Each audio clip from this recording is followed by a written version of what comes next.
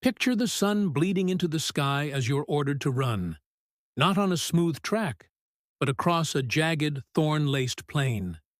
Your feet are bare. This isn't an elite training exercise. It's your ordinary morning, and it's only the opening act. Welcome to the world shaped by Shaka Zulu, a man who remade a handful of clans into southern Africa's most feared military power in the early 1800s. He didn't expand his realm with parliaments or pacts. He forged an army into a living weapon, savage in close combat, physically relentless, and drilled so ruthlessly that it changed how wars were fought across the region. Before Shaka, fights were often ritualized and limited. Shaka saw such restraint as wasteful. Hardened by exile and humiliation in his youth, he carried a single obsession: total victory. To achieve it, he dismantled what his recruits once were and rebuilt them anew. Farmers and herders turned into fighters whose bodies and minds learned to forget comfort and mercy. So imagine being taken from your life and thrown into that process. You're stripped of everything familiar, including your sandals. To Shaka, footwear slowed you. Bare feet taught speed and toughness. You begin running over rocky ground and acacia thorns, each step tearing at skin. Veteran warriors glide past, souls calloused into armor. You stumble and bleed.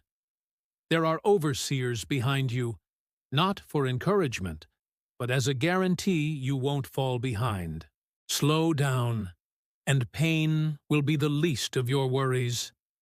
This trial is not a one-off. Zulu regiments expected to march the equivalent of a marathon plus every day, in blistering heat, with little water, and yet be ready to fight on arrival.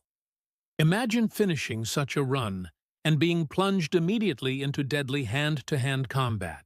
For most modern bodies, the first mile would end in ruin: shredded feet, cramped muscles, and collapsing will. But the physical was only step one. The second, crueler test was to break your will. Shaka built obedience into every corner of life. Fear was weaponized. The king would stroll among regiments, searching for the faintest sign of weakness. A misstep in drill, a complaint about rations, any slip could become a spectacle of punishment. Stories of extreme executions may be exaggerated in retelling, yet the message was clear. The king's wrath was absolute. The result was a psychological pressure cooker in which a man would sooner face any battlefield than the shame or punishment from his own ruler. Membership in the army meant surrendering family ties. Young men lived, trained, and slept in age-based regiments.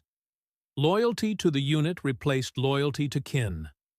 Marriage was a privilege granted only after years of proven service. A promise dangled to ensure obedience. For someone raised on modern expectations of rights and due process, this environment would feel like torture, constant anxiety, arbitrary punishment, and total submission. If you somehow survived both the run and the reign of terror, you were given the tools that sealed the transformation. Shaka rejected the long-throwing spear common in the region. He saw distance as cowardice. In its place came a short, heavy-stabbing spear built for one purpose: to be driven deep into a human chest. Paired with a broad cowhide shield, the weaponry demanded a new brutality. Hook an opponent's shield, pull it aside, and thrust.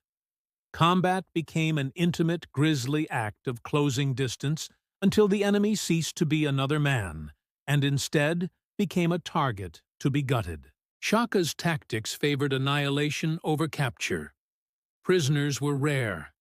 Enemies were to be killed. Their land and cattle seized. Their families folded into the kingdom. A warrior's first kill wasn't merely battlefield glory. It was a rite of passage, proof of worth, and a ticket toward the right to marry. Mercy had little place in this calculus. Finally, You were pushed into formations that were mechanical and terrifying. The buffalo horns. From afar it resembled a single living beast, a chest of veterans to pin, horns of younger fighters to encircle and slaughter, and reserves to finish the job. Once the trap closed, combat shifted from clash to execution. Bodies jammed tight, the earth slick with blood, individual identity absorbed into the movement of the whole. To break formation was to invite death. So could a modern person survive a single day under Shaka? Realistically, almost certainly not. The physical demands alone would incapacitate most of us. If physicality didn't break you, the relentless psychological pressure and enforced cruelty likely would.